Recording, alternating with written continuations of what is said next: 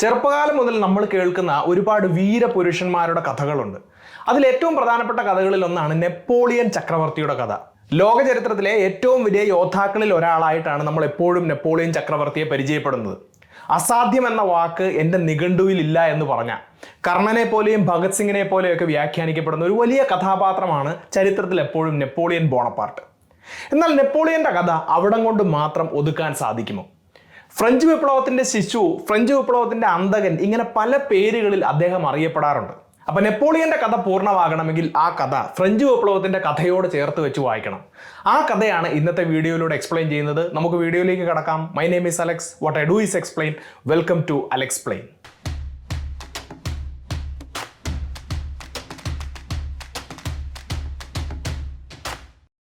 അപ്പൊ നെപ്പോളിയൻ ജനിക്കുന്നത് ഫ്രാൻസിലല്ല എന്നുള്ള കാര്യം മനസ്സിലാക്കുക. ഫ്രാൻസ് പിൽക്കാലത്ത് ആക്രമിച്ച് കീഴ്പ്പെടുത്തിയ കോർസിക്ക എന്ന് പറഞ്ഞുള്ള ഒരു ദ്വീപിലാണ് നെപ്പോളിയൻ ജനിക്കുന്നത്. അപ്പോൾ കോർസിക്കൻ, ഇറ്റാലിയൻ മുതലായ ഭാഷകളായിരുന്നു ചെറുപ്പകാലത്ത് അദ്ദേഹം സംസാരിച്ചുകൊണ്ടിരുന്നത്. ആ ഒരു കാലഘട്ടത്തിലാണ് ഫ്രാൻസ് ഭരിച്ചുകൊണ്ടിരുന്ന രാജവംശങ്ങൾ ഈ ഒരു പ്രദേശത്തെ ആക്രമിച്ച് കീഴ്പ്പെടുത്തി അത് ഫ്രാൻസിന്റെ ഭാഗമാക്കി മാറ്റുന്നത്. സോ അന്ന് മുതലേ ഫ്രാൻസ് ഭരിച്ചിരുന്ന രാജവംശത്തോടും അവിടുത്തെ ഭരണരീതികളോടുമൊക്കെ നെപ്പോളിയന് വലിയ രീതിയിലുള്ള എതിർപ്പായിരുന്നു ഉണ്ടായിരുന്നത്. സോ ചെറുപ്പകാലത്ത് തന്നെ വളരെ സമർത്ഥനായ ഒരു കുട്ടിയായിരുന്നതുകൊണ്ട് അദ്ദേഹത്തിന് ഫ്രാൻസിലെ മിലിറ്ററി കോളേജിൽ സ്കോളർഷിപ്പോടുകൂടി പഠിക്കാനുള്ള അവസരം ലഭിക്കുകയാണ്.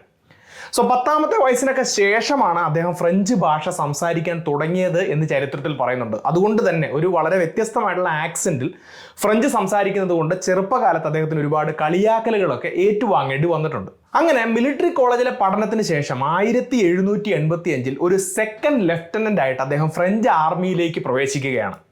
അദ്ദേഹം ആർമിയിൽ വർക്ക് ചെയ്തുകൊണ്ടിരുന്ന കാലഘട്ടത്തിലാണ് ഫ്രഞ്ച് വിപ്ലവം നടക്കുന്നത്. സോ ഫ്രഞ്ച് വിപ്ലവത്തിൽ ഫ്രഞ്ച് ആർമിയുടെ ഒരു പ്രധാനപ്പെട്ട ഭാഗം ഈ വിപ്ലവകാരികളെ സപ്പോർട്ട് ചെയ്യുകയും വിപ്ലവത്തിന്റെ ഭാഗമായിട്ട് മുന്നോട്ട് പോവുകയും ചെയ്തു.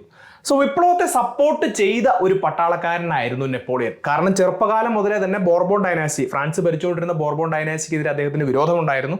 അതിൻ്റെയൊക്കെ ഭാഗമായിട്ട് അദ്ദേഹം വിപ്ലവകാരികളോടൊപ്പം ചേർന്ന് പ്രവർത്തിക്കുന്നു. 1793 തൻ്റെ 24ാം വയസ്സിൽ ഫ്രാൻസിലെ പബ്ലിക് സേഫ്റ്റി കമ്മിറ്റിയിൽ അദ്ദേഹം ഒരു ബ്രിഗേഡിയർ ജനറൽ എന്ന പോസ്റ്റിലേക്ക് എത്തുകയാണ്. ഈ പബ്ലിക് സേഫ്റ്റി കമ്മിറ്റി, കഴിഞ്ഞ വീഡിയോ ഫ്രഞ്ച് റവല്യൂഷനുമായിട്ട് ബന്ധപ്പെട്ടുള്ള വീഡിയോ നിങ്ങൾ കണ്ടിട്ടുണ്ടെങ്കിൽ റോബസ്പിയറിന്റെ കീഴിൽ ആളുകളെ വിചാരണ ചെയ്യുകയും കൊല്ലുകയൊക്കെ ചെയ്തിരുന്ന ആ ഒരു കമ്മിറ്റി ആയിരുന്നു ഈ പബ്ലിക് സേഫ്റ്റി കമ്മിറ്റി എന്ന് പറയുന്നത്. അവിടെയും നെപ്പോളിയൻ ജോലി ചെയ്തിട്ടുണ്ട് എന്ന് കാണാം. സോ അതിനുശേഷം അദ്ദേഹം ആർമിയുടെ ഒരുപാട് ഉന്നതമായിട്ടുള്ള സ്ഥാനങ്ങളിലേക്ക് പോവുകയും ഫ്രാൻസുമായി ബന്ധപ്പെട്ടിട്ടുള്ള ഒരുപാട് യുദ്ധങ്ങളിൽ പങ്കെടുക്കുകയും ചെയ്യുന്നു. അപ്പൊ നെപ്പോളിയന്റെ കീഴിൽ ഫ്രഞ്ച് ആർമി പങ്കെടുത്ത ഒട്ടുമിക്ക യുദ്ധങ്ങളിലും അവർക്ക് വലിയ വിജയം ലഭിക്കുന്നത് കാണാം. കാരണം അദ്ദേഹം വലിയൊരു യുദ്ധതന്ത്രജ്ഞനായിരുന്നു. വളരെ മോഡേൺ ആയിട്ടുള്ള, അതുവരെ ആരും പ്രയോഗിക്കാത്ത ഒരുപാട് യുദ്ധതന്ത്രങ്ങളെല്ലാം അദ്ദേഹത്തിന്റെ കീഴിൽ ഫ്രഞ്ച് ആർമി പ്രയോഗിക്കുന്നത് കാണാം. അപ്പൊ ഈ യുദ്ധങ്ങളൊക്കെ നടന്നിങ്ങനെ മുന്നോട്ട് പോകുമ്പോൾ 1798 നെപ്പോളിയന്റെ നേതൃത്വത്തിൽ ഫ്രഞ്ച് ആർമി ഈജിപ്തിലേക്ക് പോകുന്നത് കാണാം. ഇതിന്റെ ഏറ്റവും പ്രധാനപ്പെട്ട കാരണം ഫ്രാൻസിന്റെ ആ കാലത്ത് ഏറ്റവും വലിയൊരു ശത്രു ബ്രിട്ടൻ ആയിരുന്നു. അപ്പൊ ബ്രിട്ടീഷ് സാമ്രാജ്യത്തിന്റെ ഏറ്റവും വലിയൊരു കോളനി ആയിരുന്നു ഇന്ത്യ എന്ന് പറയുന്നത്. അപ്പൊ അവർക്ക് ബ്രിട്ടനിൽ നിന്നും ഇന്ത്യയിലേക്ക് പോകുന്ന വളരെ പ്രധാനപ്പെട്ട ഒരു മാർഗം ഈജിപ്തിലൂടെയാണ് കടന്നുപോയിക്കൊണ്ടിരുന്നത്. സോ ഈജിപ്തിനെ കീഴ്പ്പെടുത്തുകയാണെങ്കിൽ, അല്ലെങ്കിൽ ഈജിപ്തിൽ ഇരുന്നു കൊണ്ട് ഈജിപ്തിനെയും ബ്രിട്ടനെയും കീഴ്പ്പെടുത്തുകയാണെങ്കിൽ അവർക്ക് ഇന്ത്യയിലേക്കുള്ള ഒരു വഴി തടസ്സപ്പെടുത്താൻ ഫ്രാൻസിന് സാധിക്കും. മാത്രമല്ല, ഇന്ത്യയിലുള്ള പല രാജാക്കന്മാരുമായിട്ടും ചില രഹസ്യധാരണകൾ നെപ്പോളിയന്റെ നേതൃത്വത്തിൽ ഉണ്ടാക്കിയിട്ടുണ്ടായിരുന്നു. അങ്ങനെ ഇന്ത്യയിൽ നിന്നും ബ്രിട്ടീഷ് സാമ്രാജ്യത്തെ ഉന്മൂലനം ചെയ്ത് ബ്രിട്ടീഷുകാരെ തകർക്കുക എന്നുള്ളതായിരുന്നു നെപ്പോളിയന്റെ നേതൃത്വത്തിൽ, അല്ലെങ്കിൽ ഫ്രാൻസിന്റെ ആ ഒരു സമയത്തെ പദ്ധതി. അപ്പൊ അതിനു വേണ്ടിയിട്ടാണ് 1798 ഇവർ ഈജിപ്തിലേക്ക് പോകുന്നത്. പക്ഷേ ഈജിപ്തിലെ കാര്യങ്ങൾ ഇവർക്ക് അനുകൂലമായിരുന്നില്ല. ബ്രിട്ടീഷ് നേവിയുടെ ഭാഗത്തു നിന്നും അതുപോലെ തന്നെ ഈജിപ്ഷ്യൻ പട്ടാളത്തിന്റെ ഭാഗത്തു നിന്നും വലിയൊരു പരാജയമാണ് ഇവർക്ക് ഏറ്റുവാങ്ങേണ്ടി വന്നത്. ഈ പരാജയത്തിന് ശേഷം ഇവർ, നെപ്പോളിയന്റെ നേതൃത്വത്തിലുള്ള ഫ്രഞ്ച് ആർമി, ഫ്രാൻസിലേക്ക് തിരിച്ചു പോവുകയാണ്. പക്ഷെ അതൊരു പെർഫെക്റ്റ് ടൈമിംഗ് ആയിരുന്നു എന്നാണ് ചരിത്രത്തിൽ പറയുന്നത്. കാരണം ഈ സമയത്ത് ഫ്രാൻസിൽ ഡയറക്ടറേറ്റ് സിസ്റ്റമാണുള്ളത്. ഫ്രഞ്ച് റവല്യൂഷന്റെ വീഡിയോയിൽ ഞാൻ പറയുന്നുണ്ട്, 5 ഡയറക്ടർമാർ ചേർന്നിട്ടാണ് ആ ഒരു സമയത്ത് ഫ്രാൻസിനെ ഭരിക്കുന്നത്. പക്ഷെ അവരുടെ ഭരണം വളരെ നല്ല രീതിയിലൊന്നും അല്ല മുന്നോട്ട് പോയിക്കൊണ്ടിരുന്നത്. പല രാജ്യങ്ങളുമായിട്ടും ഫ്രാൻസിന് ആ സമയത്ത് യുദ്ധം നടക്കുന്നുണ്ടായിരുന്നു. മാത്രമല്ല, സാമ്പത്തികപരമായിട്ടൊക്കെ ഫ്രാൻസിന് വലിയ തകർച്ച നേരിട്ടുകൊണ്ടിരിക്കുകയായിരുന്നു. അപ്പൊ ഇതിന്റെ എല്ലാം ഭാഗമായിട്ട് ഈ ഡയറക്ടറേറ്റ് സിസ്റ്റത്തിനെതിരെ ജനങ്ങൾക്ക് അമർഷം നിലനിൽക്കുന്ന ഒരു സമയമാണ്. അപ്പം നെപ്പോളിയന്റെ നേതൃത്വത്തിലുള്ള ഈജിപ്ഷ്യൻ മിഷൻ വലിയ രീതിയിൽ ഫലം കാണുന്നില്ല എന്ന് മനസ്സിലാക്കി കഴിഞ്ഞപ്പോൾ ഈ ഡയറക്ടർമാരെല്ലാം നെപ്പോളിയനെ കമ്മ്യൂണിക്കേറ്റ് ചെയ്തിട്ട് തിരിച്ചു വരാൻ വേണ്ടി പറയുകയാണ്. അതായത് ഫ്രാൻസിൽ ആ സമയത്ത് നടക്കുന്ന യുദ്ധങ്ങൾക്ക് നേതൃത്വം കൊടുക്കാൻ വേണ്ടി നെപ്പോളിയനെ തിരിച്ചു വിളിക്കുന്നു. പക്ഷെ ആ സമയത്ത് കമ്മ്യൂണിക്കേഷൻ ലൈനിലൊക്കെ ഉണ്ടായ ചില തകരാറുകൾ കാരണം ഈ മെസ്സേജ് നെപ്പോളിയന്റെ അടുത്ത് എത്തുന്നില്ല. അതിനൊക്കെ കുറച്ച് കാലങ്ങൾ കൂടി കഴിഞ്ഞിട്ടാണ് നെപ്പോളിയന്റെ ആർമി ഈജിപ്തിൽ നിന്ന് തിരിച്ചു വരുന്നത്. സോ തങ്ങളുടെ ആജ്ഞ നെപ്പോളിയൻ കേൾക്കാതിരുന്നപ്പോൾ നെപ്പോളിയൻ തങ്ങൾക്കെതിരെ പ്രവർത്തിക്കുകയാണോ എന്നുള്ളൊരു സംശയം ഈ ഡയറക്ടർമാരുടെ ഉള്ളിൽ ഉണ്ടാവുകയും നെപ്പോളിയനെ പുറത്താക്കാൻ അല്ലെങ്കിൽ നെപ്പോളിയന്റെ സ്ഥാനങ്ങളിൽ നിന്നും അദ്ദേഹത്തെ പുറത്താക്കാൻ വേണ്ടി അവർ തീരുമാനിക്കുകയും ചെയ്യുന്നു. അപ്പോൾ ഈ ഒരു തീരുമാനം നെപ്പോളിയന്റെ കയ്യിൽ വന്നപ്പോൾ നെപ്പോളിയൻ ഇതിനെ ഒരു അവസരമാക്കി മാറ്റുകയാണ്. ഓൾറെഡി ജനങ്ങളുടെ ഇടയിൽ നെപ്പോളിയന് നല്ലൊരു ഇമേജ് ആണുള്ളത്. മാത്രമല്ല ഈ ഡയറക്ടറേറ്റ് സിസ്റ്റത്തിനെതിരെ ജനങ്ങളുടെ ഇടയിൽ മുറുമുറുപ്പുണ്ട്. അപ്പോൾ ഈ ഒരു സാഹചര്യത്തെ നെപ്പോളിയൻ മുതലെടുത്തുകൊണ്ട് ഫ്രാൻസിൽ ഒരു വലിയ അട്ടിമറി നടത്തുകയാണ്. അപ്പോൾ മിലിറ്ററി ഉപയോഗിച്ചുകൊണ്ടും പൊളിറ്റിക്കലായിട്ട് തനിക്കുള്ള കണക്ഷൻസ് ഉപയോഗിച്ചുകൊണ്ടും ഫ്രാൻസിൽ ഒരു അട്ടിമറി നടത്തിയതിനു ശേഷം നെപ്പോളിയന്റെ നേതൃത്വത്തിൽ അധികാരം പിടിച്ചെടുക്കുകയാണ് 1799 സംഭവിക്കുന്നത്. ഈ അധികാരം പിടിച്ചെടുത്തതിന് ശേഷം ഇവർ ആദ്യം ചെയ്യുന്നത് ഒരു പുതിയ കോൺസ്റ്റിറ്റ്യൂഷൻ ഫ്രാൻസിൽ കൊണ്ടുവരികയാണ്. അപ്പോൾ ഫ്രഞ്ച് വിപ്ലവത്തിന് ശേഷം വരുന്ന 4ാമത്തെ കോൺസ്റ്റിറ്റ്യൂഷനാണ് ഇത് എന്ന് കാണാം. ഈ കോൺസ്റ്റിറ്റ്യൂഷനിലൂടെ ഒരു കോൺസുലേറ്റ് സിസ്റ്റം ഫ്രാൻസിൽ നിലവിൽ വരികയാണ്. ആ കോൺസുലേറ്റ് സിസ്റ്റത്തിന്റെ തലപ്പത്ത് കോൺസൂൾ എന്നുള്ള പേരിൽ നെപ്പോളിയൻ ബോണപ്പാർട്ട് വരികയും ചെയ്യുന്നു. അപ്പോൾ ഈ കോൺസ്റ്റിറ്റ്യൂഷൻ ഒരു സുപ്രഭാതത്തിൽ നെപ്പോളിയൻ മുന്നോട്ട് കൊണ്ടുവന്ന് അംഗീകരിക്കുകയല്ല ചെയ്തത്. ജനങ്ങളുടെ ഇടയിൽ ഒരു പ്ലെബിസൈറ്റ് നടത്തുകയാണ്. പ്ലെബിസൈറ്റ് നടത്തുക എന്ന് പറഞ്ഞു കഴിഞ്ഞാൽ ജനങ്ങൾക്ക് വോട്ട് ചെയ്യാൻ സാധിക്കും. അപ്പോൾ ആ ഒരു പ്ലെബിസൈറ്റിന്റെ കണക്കുകൾ പറയുന്നത് ഏകദേശം 3 മില്യൺ 30 ലക്ഷത്തോളം പേര് നെപ്പോളിയന്റെ ഈ പുതിയ സ്ഥാനത്തെയും പുതിയ കോൺസ്റ്റിറ്റ്യൂഷനെയും അംഗീകരിച്ചു. വെറും 1567 പേര് മാത്രമാണ് ഇതിനെ എതിർത്ത് വോട്ട് ചെയ്തത് എന്നാണ്. അപ്പോൾ ജനങ്ങളുടെ സമ്മതത്തോടു കൂടി തന്നെ ഒരു പുതിയ കോൺസ്റ്റിറ്റ്യൂഷൻ വരുന്നു. ഈ കോൺസ്റ്റിറ്റ്യൂഷന്റെ മറ്റൊരു പ്രത്യേകത ഫ്രഞ്ച് റവല്യൂഷന് ശേഷം declaration of rights of men and citizen എന്ന് പറഞ്ഞിട്ടുള്ള ആ ഒരു മനുഷ്യാവകാശ പ്രഖ്യാപന രേഖയില്ലാതെ വരുന്ന ആദ്യത്തെ ഭരണഘടന കൂടിയായിരുന്നു ഈ നെപ്പോളിയന്റെ കോൺസ്റ്റിറ്റ്യൂഷൻ എന്ന് പറയുന്നത്. അപ്പോൾ നെപ്പോളിയന്റെ കോൺസ്റ്റിറ്റ്യൂഷൻ മുന്നോട്ട് വരുന്നു. അദ്ദേഹം 10 വർഷത്തേക്ക് കോൺസൂൾ എന്ന് പറഞ്ഞിട്ടുള്ള ഒരു സ്ഥാനത്തിരിക്കുന്നു. കോൺസൂൾ എന്ന് പറഞ്ഞു കഴിഞ്ഞാൽ ആ രാജ്യത്തെ ഏറ്റവും വലിയ അധികാരി, പ്രസിഡന്റ്, പ്രധാനമന്ത്രി എന്നൊക്കെ പറഞ്ഞ പോലെ ഒരു വലിയ അധികാരിയായിട്ട് ഇവർ മുന്നോട്ട് പോവുകയാണ്. ഇതിനുശേഷം ഒരുപാട് റീഫോമുകൾ നെപ്പോളിയൻ ഫ്രാൻസിൽ കൊണ്ടുവരുന്നത് കാണാം.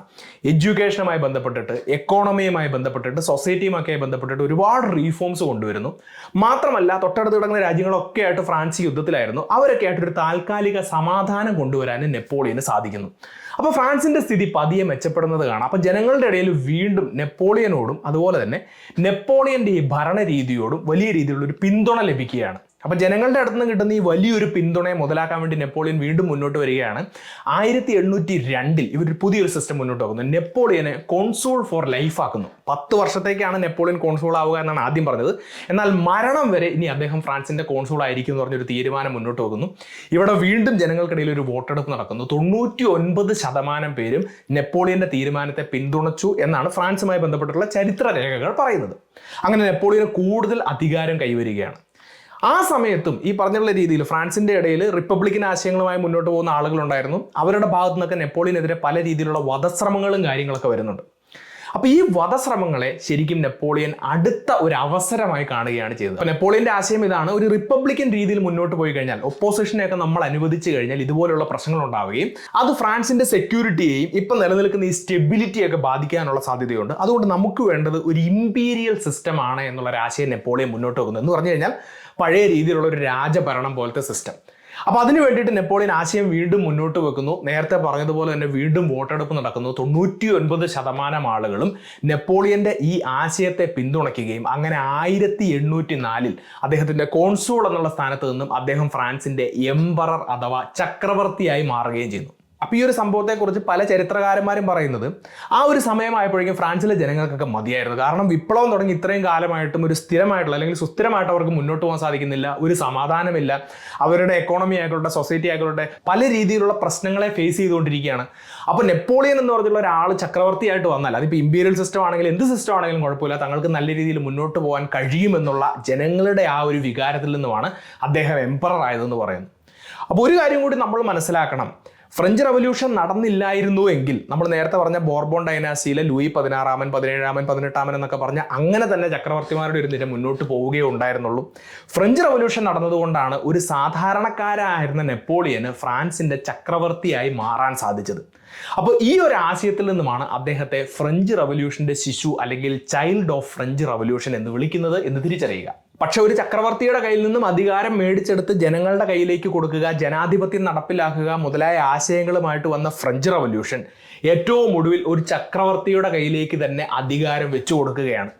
ഈ അർത്ഥത്തിലാണ് അദ്ദേഹത്തെ ഫ്രഞ്ച് റവല്യൂഷന്റെ അന്തകൻ എന്ന് വിളിക്കുന്നത്. സോ ഫ്രഞ്ച് റവല്യൂഷന്റെ ചരിത്രവുമായി ബന്ധപ്പെട്ടിട്ട് നെപ്പോളിയൻ ഈ പേരുകൾ വന്നത് എങ്ങനെയാണ് എന്ന് ഇപ്പൊ നിങ്ങൾക്ക് മനസ്സിലായിട്ടുണ്ടാവും. അപ്പോൾ ഇവിടെ ഒരു കാര്യവും കൂടെ മനസ്സിലാക്കണം. പഴയ രാജഭരണ രീതിയിലേക്ക് തിരിച്ചു പോകാമെന്ന് നെപ്പോളിയൻ പറയുമ്പോഴും പഴയ ബോർബോൺ ഡൈനാസ്റ്റിയുടെ രീതികളിലേക്ക് പോകാൻ അദ്ദേഹത്തിന് താല്പര്യമില്ല. കാരണം ജനങ്ങൾക്കൊന്നും അത് ഇഷ്ടമില്ല എന്ന് അദ്ദേഹം അറിയാം. അപ്പോൾ അദ്ദേഹം മുന്നോട്ട് വെക്കുന്ന ഒരു സൊല്യൂഷൻ റോമൻ രീതിയിൽ, പഴയ കാലത്തെ വളരെ പ്രൗഢിയുള്ള ഒരു രീതിയായിരുന്നു റോമൻ ഭരണ രീതി എന്ന് പറയുന്നത്. അപ്പോൾ റോമാ സാമ്രാജ്യത്തിന്റെ ആ ഒരു രീതിയിലേക്ക് പോകാം എന്നുള്ള ഒരു ആശയമാണ് അദ്ദേഹം മുന്നോട്ട് വെക്കുന്നത്. അപ്പോൾ ലോക ചരിത്രത്തിൽ പഴയ റോമൻ സിസ്റ്റത്തിലേക്ക് തിരിച്ചു പോകുന്നവരെല്ലാം സ്വേച്ഛാധിപതിമാരായിരുന്നു എന്ന് നമുക്ക് കാണാം. റഷ്യയിലെ സ്വേച്ഛാധിപതിമാരായിരുന്നു സാർ ചക്രവർത്തിമാരെന്ന് പറയുന്നത്. ഈ സാർ എന്ന് പറഞ്ഞിട്ടുള്ള വാക്ക് സീസർ എന്നുള്ള വാക്കിൽ നിന്നാണ് വന്നത് എന്ന് കാണാം. അത് റോമൻ സാമ്രാജ്യത്തെയാണ് സൂചിപ്പിക്കുന്നത്. പിന്നീട് അഡോൾഫ് ഹിറ്റ്ലർ അദ്ദേഹത്തിന്റെ സ്വേച്ഛാധിപത്യവുമായി മുന്നോട്ട് പോകുമ്പോഴും റോമൻ രീതിയിലേക്ക് തിരിച്ചു പോവുക എന്നുള്ളതായിരുന്നു അദ്ദേഹത്തിന്റെ ഏറ്റവും വലിയൊരു ഐഡിയ. അപ്പൊ നെപ്പോളിയന്റെ ഈ തീരുമാനം അദ്ദേഹത്തിന്റെ ആ ഒരു ഏകാധിപത്യ സ്വഭാവത്തിലേക്കുള്ള ഒരു പോക്കായിരുന്നു എന്ന് ചരിത്രകാരന്മാർ പറയുന്നുണ്ട്. മാത്രമല്ല അദ്ദേഹവുമായി ബന്ധപ്പെട്ടിട്ടുള്ള പെയിന്റിങ്ങുകളും രേഖകളും ഒക്കെ നോക്കുകയാണെങ്കിൽ റോമൻ രീതിയിലുള്ള വളരെ ലക്ഷറീസ് ആയിട്ടുള്ള വസ്ത്രങ്ങൾ, കിരീടം, ഇങ്ങനെയുള്ള കാര്യങ്ങളൊക്കെ ആയിട്ടാണ് അദ്ദേഹം മുന്നോട്ട് പോകുന്നത് എന്നും കാണാം. അപ്പോൾ ഈ ഒരു സമയത്ത് അദ്ദേഹം ചക്രവർത്തി ആയതിനു ശേഷം അദ്ദേഹം ചെയ്യുന്നത് പഴയ കോൺസ്റ്റിറ്റ്യൂഷനുകളെ എല്ലാം എടുത്തു മാറ്റിയിട്ട് അദ്ദേഹത്തിൻ്റെതായിട്ടുള്ള പുതിയൊരു നിയമ സംവിധാനം അല്ലെങ്കിൽ ഒരു പുതിയ ഭരണ സംവിധാനം ഫ്രാൻസിൽ ഏർപ്പെടുത്തുകയായിരുന്നു. അതിനുവേണ്ടി അദ്ദേഹം പബ്ലിഷ് ചെയ്ത ഡോക്യുമെന്റിനെയാണ് നെപ്പോളിയൻ കോഡ് അല്ലെങ്കിൽ കോഡ് ഓഫ് നെപ്പോളിയൻ എന്ന് പറയുന്നത്. അതായത് പുതിയൊരു ഭരണഘടന പോലെ തന്നെ. അപ്പോൾ ഇതിനകത്ത് അദ്ദേഹം എങ്ങനെയാണ് ഭരിക്കുന്നത് അല്ലെങ്കിൽ ഭരണം എങ്ങനെയായിരിക്കണം, കാര്യങ്ങൾ എങ്ങനെയായിരിക്കണം, ഇതെല്ലാം അദ്ദേഹം വ്യക്തമാക്കുകയാണ് ചെയ്തത്. അപ്പം ഞാൻ നേരത്തെ പറഞ്ഞു റോമൻ രീതിയിലേക്ക് തിരിച്ചു പോകാനാണ് നെപ്പോളിയൻ ആഗ്രഹിക്കുന്നത്. അതുകൊണ്ട് തന്നെ പണ്ട് കാലത്തുണ്ടാക്കിയിരുന്ന റോമൻ കോഡ് ഓഫ് ലോയിൽ നിന്നുമാണ് അദ്ദേഹത്തിന്റെ നെപ്പോളിയൻ കോഡ് ക്രിയേറ്റ് ചെയ്തിരുന്നത് എന്ന് കാണാം. ഈ കോഡിന്റെ ഏറ്റവും വലിയ പ്രത്യേകത ഇന്നും ലോകത്തിലെ പല രാജ്യങ്ങളും ഇതിനകത്ത് പറഞ്ഞിട്ടുള്ള പല കാര്യങ്ങളും അവരുടെ ഭരണത്തിന് വേണ്ടി ഉപയോഗിക്കുന്നുണ്ട് എന്നുള്ളതാണ്. അടിമുടി ഫ്രാൻസിനെ മാറ്റിമറിക്കുകയാണ് നെപ്പോളിയൻ കോഡ് ചെയ്തത്. ഇപ്പോൾ ഉദാഹരണം നോക്കുകയാണെങ്കിൽ വിദ്യാഭ്യാസ മേഖലയിൽ വലിയ രീതിയിലുള്ള ഒരു ചേഞ്ച് കൊണ്ടുവരുന്നു. ഇപ്പോൾ സയൻസ്, എഞ്ചിനീയറിംഗ്, മെഡിസിൻ ഇതൊക്കെ ആയിട്ട് ബന്ധപ്പെട്ടിട്ട് ഒരുപാട് പുതിയ വിദ്യാഭ്യാസ സ്ഥാപനങ്ങൾ ഫ്രാൻസിൽ അദ്ദേഹം തുറക്കുന്നുണ്ട്. അതുപോലെ തന്നെ ഫ്രാൻസിലെ ഓരോ കമ്മ്യൂണുകളിലും, കമ്മ്യൂൺ എന്ന് പറഞ്ഞു കഴിഞ്ഞാൽ നമ്മുടെ നാട്ടിലെ ജില്ല പോലെ, ഓരോ കമ്മ്യൂണുകളിലും ഒരു പ്രൈമറി സ്കൂൾ ഉണ്ടായിരിക്കണം എന്നുള്ളൊരു നിർബന്ധം മുന്നോട്ട് വെക്കുന്നു. അത്രയും കാലവും ഫ്രാൻസിലെ വിദ്യാഭ്യാസ സ്ഥാപനങ്ങൾ ചർച്ചിന്റെ കൺട്രോളിലായിരുന്നു ഉണ്ടായിരുന്നത്. അവിടെ നിന്ന് മാറ്റിയിട്ട് അത് സ്റ്റേറ്റിന്റെ കൺട്രോളിന്റെ കീഴിലേക്ക് കൊണ്ടുവരുന്നു. പാരീസ് യൂണിവേഴ്സിറ്റി പോലുള്ള വലിയ വലിയ യൂണിവേഴ്സിറ്റികളിൽ സ്വന്തമായിട്ട് പ്രഗത്ഭന്മാരായിട്ടുള്ള അധ്യാപകരെ നിയമിക്കുന്നു. ഇങ്ങനെ എഡ്യൂക്കേഷൻ സിസ്റ്റത്തിൽ വലിയൊരു ചേഞ്ച് അദ്ദേഹം കൊണ്ടുവരുന്നത് കാണാം. അതുപോലെ തന്നെ ബാങ്ക് ഓഫ് ഫ്രാൻസ് പോലുള്ള വലിയ വലിയ ബാങ്കുകൾ ആരംഭിക്കുന്നു. ഫ്രാൻസിനെ ഇപ്പോഴത്തെ കടക്കണിയിൽ നിന്ന് മാത്രമല്ല ഭാവിയിലെ കടക്കണിയിൽ നിന്ന് രക്ഷിക്കുന്നതിന് വേണ്ടി സിങ്കിങ് ഫണ്ട് എന്ന് പറഞ്ഞൊരു പുതിയ സംവിധാനം അദ്ദേഹം ആരംഭിക്കുന്നു. ഇതുപോലെ മറ്റെല്ലാ മേഖലകളിലും, നിയമ മേഖലയിലും, അങ്ങനെ ഓരോ മേഖലയിലും വലിയ ചേഞ്ചുകളാണ് ഈ നെപ്പോളിയൻ കോഡ് കൊണ്ടുവന്നത് എന്ന് കാണാം. അപ്പം നെപ്പോളിയൻ നല്ലൊരു ഭരണാധികാരിയായിരുന്നു എന്നുകൂടി മനസ്സിലാക്കുക. പക്ഷേ എല്ലാ കാര്യങ്ങൾക്കും ഒരു നല്ല വശവും ചീത്ത വശവും ഉള്ളതുപോലെ ഈ നെപ്പോളിയൻ കോഡിനും ഒരു വലിയ ചീത്ത വശം ഉണ്ടായിരുന്നു. ഞാൻ പറഞ്ഞു റോമൻ കോഡ് ഓഫ് ലോയിൽ നിന്നുമായിരുന്നു അദ്ദേഹം ഈ നെപ്പോളിയൻ കോഡ് കൊണ്ടുവന്നത്. റോമൻ കോഡ് ഓഫ് ലോയിലെ ഏറ്റവും പ്രധാനപ്പെട്ട ഒരു ആശയം എന്ന് പറയുന്നത് പാട്രിയാർക്കിയാണ്, പുരുഷ മേധാവിത്വം. അതിവിടെയും നടപ്പിലാക്കുന്നത് കാണാം. ഫ്രാൻസിലെ സമൂഹത്തിൽ പുരുഷന്മാർക്കും സ്ത്രീകൾക്കും ഒരു തരത്തിലുള്ള തുല്യതയും ഉണ്ടായിരുന്നില്ല. സ്ത്രീകളെ എപ്പോഴും സബോർഡിനേറ്റ് ആയിട്ടാണ് ഈ നിയമങ്ങളെല്ലാം കണ്ടിരുന്നത്. സ്ത്രീകൾക്ക് സ്വത്തിന് അവകാശം ഉണ്ടായിരുന്നില്ല. അതുപോലെ തന്നെ വിവാഹം കഴിച്ച് കുട്ടികൾ ഉണ്ടായില്ല. കുട്ടികളുടെ ഗാർഡിയൻഷിപ്പിൽ പോലും സ്ത്രീകൾക്ക് അവകാശം ഉണ്ടായിരുന്നില്ല. കോടതികളിൽ സാക്ഷി പറയാൻ അവർക്ക് അവകാശം ഉണ്ടായിരുന്നില്ല. വോട്ട് ചെയ്യാൻ അവകാശം ഉണ്ടായിരുന്നില്ല. ഇനി കുടുംബത്തിന്റെ ഉള്ളിലാണെങ്കിൽ സ്ത്രീകൾ നിർബന്ധമായിട്ടും ഭർത്താവ് പറയുന്ന കാര്യങ്ങൾ അനുസരിക്കണം പോലെയുള്ള വളരെ ബാക്ക്വേർഡ് ആയിട്ടുള്ള കാര്യങ്ങൾ ഈ നെപ്പോളിയൻ കോഡിൽ ഉണ്ടായിരുന്നു എന്ന് കാണാം. സോ നെപ്പോളിയൻ കോഡിലൂടെ ഫ്രാൻസിന്റെ ഒരുപാട് മേഖലകളിൽ വലിയ ഉന്നമനം കൊണ്ടുവരാൻ നെപ്പോളിയന് സാധിച്ചുവെങ്കിലും അതേ നെപ്പോളിയൻ കോഡിലൂടെ പഴയ കാലത്തിലേക്ക് തിരിച്ചു പോവുകയാണ് നെപ്പോളിയൻ ചെയ്തത്. അപ്പോൾ ഫ്രാൻസിൽ ഏകദേശം ഒരു സ്റ്റെബിലിറ്റി കൊണ്ടുവന്നതിന് ശേഷം നെപ്പോളിയൻ അദ്ദേഹത്തിന്റെ അടുത്ത അംബീഷനിലേക്ക് കടക്കുകയാണ്. ഫ്രാൻസിന്റെ മാത്രം ചക്രവർത്തിയായി ഇരിക്കുക എന്നുള്ളതായിരുന്നില്ല അദ്ദേഹത്തിന്റെ ലക്ഷ്യം. യൂറോപ്പിന്റെ മുഴുവൻ ചക്രവർത്തിയായി മാറുക എന്നുള്ളൊരു വലിയ ലക്ഷ്യം അദ്ദേഹത്തിന്റെ കയ്യിലുണ്ടായിരുന്നു. അപ്പോൾ യൂറോപ്പിന്റെ മുഴുവൻ ചക്രവർത്തിയായി മാറണമെങ്കിൽ മറ്റ് രാജ്യങ്ങളെല്ലാം ആക്രമിച്ച് കീഴ്പ്പെടുത്തി ഫ്രാൻസിന്റെ അധീനതയിൽ കൊണ്ടുവരണം. അപ്പോൾ അതിന് ഏറ്റവും കൂടുതലായിട്ട് വേണ്ടത് ഒരു വലിയ ആർമിയാണ്. അപ്പോൾ അദ്ദേഹം ഒരു വലിയ യുദ്ധതന്ത്രജ്ഞനായിരുന്നു എന്ന് നമുക്കറിയാം. ചരിത്രത്തിൽ ആ ഒരു സമയത്ത് ലോകത്തുണ്ടായിരുന്ന ഏറ്റവും മികച്ച ഒരു ആർമിയെ ഫ്രാൻസിന് വേണ്ടി നെപ്പോളിയൻ ക്രിയേറ്റ് ചെയ്യുകയാണ്. 20-നും 24 വയസ്സിനും ഇടയിൽ പ്രായമുള്ള ഒരുപാട് പട്ടാളക്കാർ നെപ്പോളിയന്റെ കീഴിൽ അണിനിരക്കുന്നു. ഹൈ മൊറാലുള്ള ഒരു ആർമിയാണ് അദ്ദേഹം ക്രിയേറ്റ് ചെയ്യുന്നത് എന്ന് കാണാം. കാരണം 60ഓളം യുദ്ധങ്ങളിൽ അദ്ദേഹം ഒരു ചക്രവർത്തിയായിരുന്നിട്ട് കൂടി 60ഓളം യുദ്ധങ്ങളിൽ ഈ പട്ടാളക്കാർക്കൊപ്പം യുദ്ധഭൂമിയിൽ നിന്ന് അദ്ദേഹം യുദ്ധം ചെയ്യുന്നതാണ്. അങ്ങനെ ഒരു സ്ട്രോങ് ആർമി, വളരെ മോഡേൺ ആയിട്ടുള്ള ഒരു ആർമിയെ അദ്ദേഹം ക്രിയേറ്റ് ചെയ്തെടുക്കുന്നു. മാത്രമല്ല ഈ ഒരു സമയത്ത് അടുത്ത് കിടക്കുന്ന ഒരുപാട് രാജ്യങ്ങളെ ഈ ആർമി ഉപയോഗിച്ചുകൊണ്ട് അദ്ദേഹം ആക്രമിച്ച് കീഴ്പ്പെടുത്തുന്നുണ്ട്. ഓസ്ട്രിയയെ കീഴ്പ്പെടുത്തുന്നു, ഇറ്റലിയെ കീഴ്പ്പെടുത്തുന്നു, ജർമ്മനിയുടെ ഭാഗമായിരുന്ന പ്രഷ്യയെ കീഴ്പ്പെടുത്തുന്നു. ഇങ്ങനെ ആക്രമിച്ച് കീഴ്പ്പെടുത്തിയ സ്ഥലങ്ങളിലെ പട്ടാളക്കാരെ കൂടി തൻ്റെ ആർമിയിലേക്ക് കൊണ്ടുവന്നിട്ട് ഫ്രഞ്ച് ആർമി ഒരു ഗ്രാൻഡ് ആർമിയാക്കി മാറ്റുകയാണ്. അപ്പോൾ നെപ്പോളിയൻ ഇങ്ങനെ യുദ്ധം ചെയ്ത് ഈ രാജ്യങ്ങളെയും സ്ഥലങ്ങളെയും എല്ലാം ഫ്രാൻസിന്റെ കീഴിലേക്ക് കൊണ്ടുവരുമ്പോൾ വെറുതെ കൊണ്ടുവരിക മാത്രമല്ല ചെയ്യുന്നത്, ഫ്രാൻസിലുണ്ടായിരുന്ന ആ ഒരു നെപ്പോളിയൻ കോഡ് സിസ്റ്റം ഈ രാജ്യങ്ങളിലെല്ലാം നടപ്പിലാക്കുകയാണ് ചെയ്തത്. അപ്പോൾ ആദ്യകാലങ്ങളിൽ ഈ രാജ്യത്തുള്ള ആളുകൾക്കൊക്കെ നെപ്പോളിയൻ തങ്ങളുടെ രാജ്യത്തെ ആക്രമിച്ച് കീഴ്പ്പെടുത്തുന്നത് സ്വാഗതം ചെയ്യുകയാണ് ചെയ്തത്. അവർക്കത് ഇഷ്ടമുള്ള കാര്യമായിരുന്നു. പക്ഷെ പിന്നീട് അവർക്കതിൻ്റെ സത്യാവസ്ഥ മനസ്സിലാവുകയാണ്. തങ്ങളുടെ ചക്രവർത്തിമാരെയൊക്കെ പോലെ തന്നെയുള്ള ഒരു ഏകാധിപതിയായിട്ടുള്ള ചക്രവർത്തി തന്നെയാണ് നെപ്പോളിയൻ എന്നവർ തിരിച്ചറിയുന്നു. അത് മാത്രമല്ല, ഈ രാജ്യത്തുള്ള ജനങ്ങളുടെ ഇടയിൽ സ്വന്തം രാജ്യത്തിൻ്റെ ദേശീയതയുടെ വികാരം ഉണർന്നു വരാൻ വേണ്ടി തുടങ്ങുന്നു. എന്തുകൊണ്ട് മറ്റൊരു രാജ്യത്ത് നിന്ന് മറ്റാളുകൾ തിരഞ്ഞെടുത്ത ഒരാൾ നമ്മളെ വന്ന് ഭരിക്കണം? നമ്മൾ പറയുന്ന ഒരു കാര്യവും അയാൾ കേൾക്കുന്നില്ല. നമ്മൾ തന്നെ തിരഞ്ഞെടുക്കുന്ന ആളുകൾ നമ്മൾ പറയുന്ന കാര്യത്തിനനുസരിച്ച് നമ്മളെ ഭരിക്കുന്ന ഒരു സിസ്റ്റത്തിലേക്ക് വരണമെന്ന് ആളുകൾ ചിന്തിക്കാൻ തുടങ്ങുന്നു. ഇതൊരു സുപ്രഭാതത്തിൽ അവരുടെ മനസ്സിലേക്ക് കടന്നു വന്ന ആശയമല്ല. ഫ്രഞ്ച് റവല്യൂഷന്റെ ആശയങ്ങൾ പതിയെ പതിയെ ഇവരുടെ മനസ്സിലേക്ക് വരാൻ തുടങ്ങുന്നതാണ് എന്ന് കാണാം. സോ ചരിത്രകാരന്മാർ ഇതിനെക്കുറിച്ച് പറയുന്നത്, നെപ്പോളിയൻ അറിഞ്ഞോ അറിയാതെയോ ഈ രാജ്യങ്ങളെല്ലാം ഫ്രാൻസിന്റെ കീഴിലേക്ക് കൊണ്ടുവന്നപ്പോൾ നെപ്പോളിയന്റെ ഭരണം മാത്രമല്ല ഈ രാജ്യങ്ങളുടെ മുകളിലേക്ക് വരുന്നത്, ഫ്രഞ്ച് റവല്യൂഷന്റെ ആശയങ്ങളും ഈ രാജ്യങ്ങളുടെ എല്ലാം മുകളിലേക്ക് വരുന്നു. സോ ഫ്രാൻസിന്റെ ഉള്ളിൽ മാത്രം ഒതുങ്ങി നിന്ന ഫ്രഞ്ച് റവല്യൂഷന്റെ ആശയങ്ങളെ യൂറോപ്പ് മുഴുവൻ വ്യാപിപ്പിക്കാൻ നെപ്പോളിയന്റെ ഈ പടയോട്ടങ്ങൾ സഹായകരമായിട്ടുണ്ട് എന്നാണ് പറയുന്നത്. അതുകൊണ്ടാണ് ഞാൻ കഴിഞ്ഞ വീഡിയോയിൽ പറഞ്ഞത്, പല ചരിത്രകാരന്മാരുടെയും അഭിപ്രായത്തിൽ നെപ്പോളിയന്റെ കാലഘട്ടത്തിനെ ഫ്രഞ്ച് റവല്യൂഷന്റെ 5ാം ഘട്ടം എന്നാണ് വിശേഷിപ്പിക്കുന്നത് എന്ന്. അപ്പൊ നെപ്പോളിയന്റെ കഥയും ഫ്രഞ്ച് വിപ്ലവവും എങ്ങനെയാണ് പരസ്പര പൂരകങ്ങളായിട്ട് മുന്നോട്ട് പോകുന്നത് എന്ന് ഇപ്പൊ നിങ്ങൾക്ക് മനസ്സിലായിട്ടുണ്ടാവും. അപ്പോൾ നെപ്പോളിയൻ ഇങ്ങനെ അടുത്ത് കിടക്കുന്ന രാജ്യങ്ങളെല്ലാം കീഴ്പ്പെടുത്തി ഫ്രാൻസിന്റെ അതിർത്തികൾ ഇങ്ങനെ വ്യാപിപ്പിച്ചുകൊണ്ടിരിക്കുകയാണ്. അപ്പോൾ ആ സമയത്ത് അദ്ദേഹം കീഴ്പ്പെടുത്താൻ ഏറ്റവും കൂടുതൽ ആഗ്രഹിച്ചിരുന്ന ഒരു രാജ്യം ബ്രിട്ടനായിരുന്നു. പക്ഷെ ബ്രിട്ടനെ ആക്രമിക്കണമെങ്കിൽ കരമാർഗത്തിൽ ആക്രമിച്ച് തോൽപ്പിക്കാൻ സാധിക്കില്ല, കടലിലൂടെ മാത്രമേ സാധിക്കുകയുള്ളൂ. പക്ഷെ ബ്രിട്ടീഷ് നേവിയെ തോൽപ്പിക്കാനുള്ള ഒരു ശക്തി ഫ്രഞ്ച് നേവിക്ക് ഉണ്ടായിരുന്നു. ലോകത്ത് ആ സമയത്ത് ഏറ്റവും പവർഫുൾ ആയിട്ടുള്ള നേവികളിലൊന്ന് ബ്രിട്ടീഷ് നേവി ആയിരുന്നു. സോ ബ്രിട്ടനെ തകർക്കാൻ വേണ്ടിയിട്ട് യുദ്ധമല്ലാതെ ഒരു ഐഡിയോളജിക്കൽ ആയിട്ടുള്ള ഒരു ഉപരോധം അദ്ദേഹം മുന്നോട്ട് വെക്കുകയാണ്. അതിനെയാണ് കോണ്ടിനെന്റൽ സിസ്റ്റം എന്ന് പറയുന്നത്.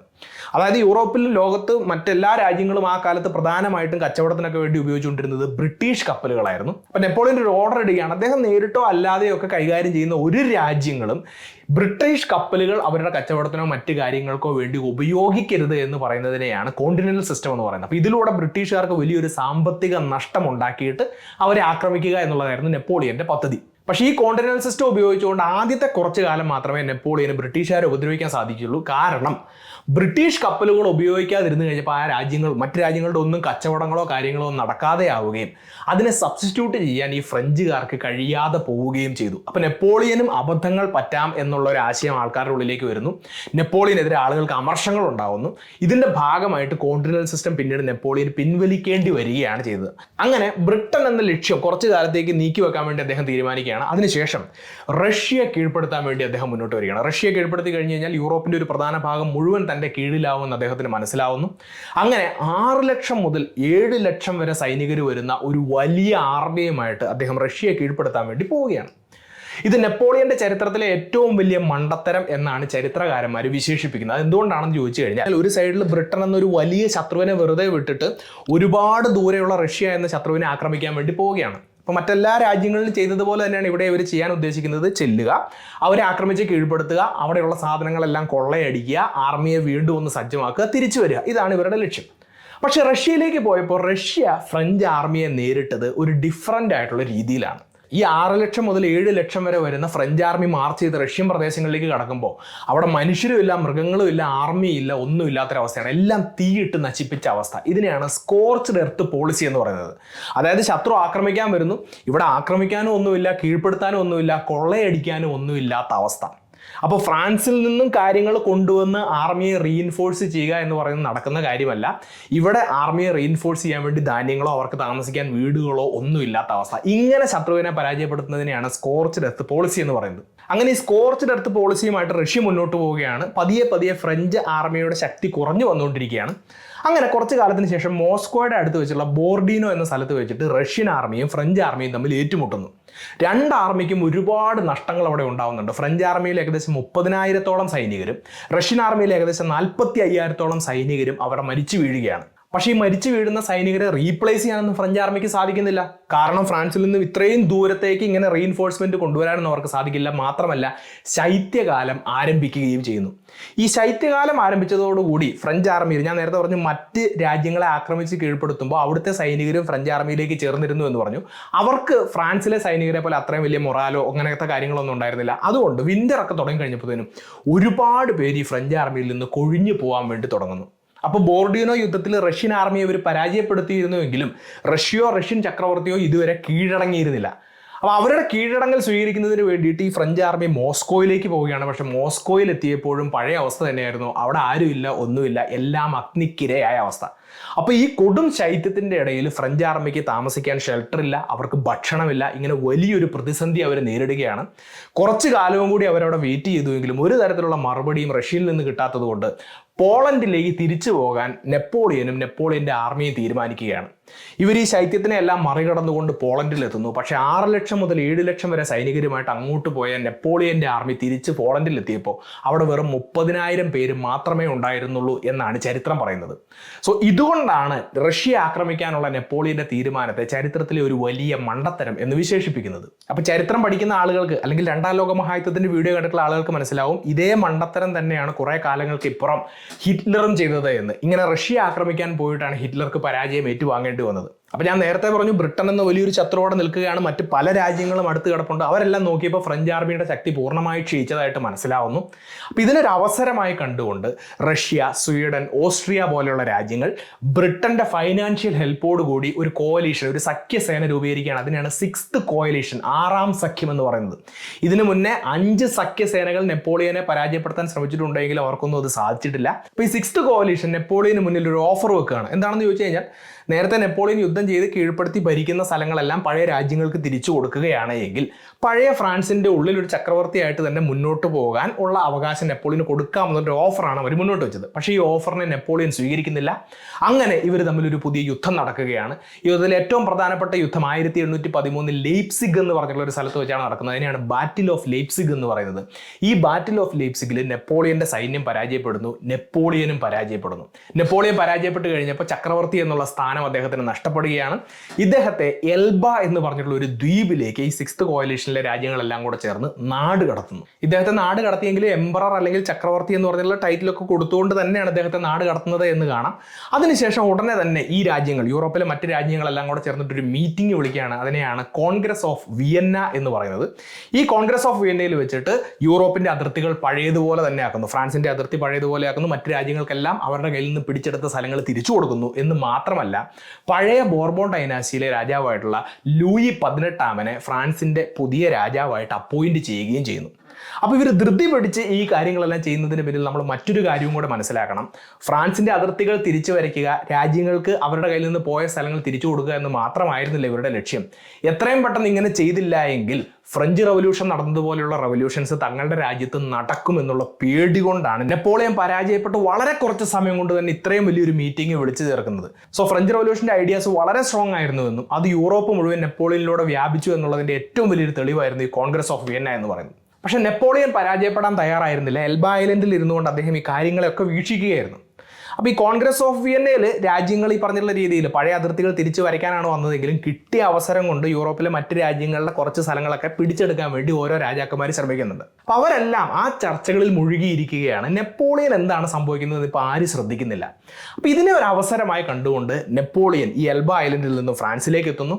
ഫ്രാൻസിലെത്തി ഏതാനും ദിവസങ്ങൾക്കുള്ളിൽ ഏകദേശം 100,000-ഓളം പേര് വരുന്ന ഒരു ആർമിയെ സജ്ജമാക്കാൻ അദ്ദേഹത്തിന് സാധിക്കുന്നു.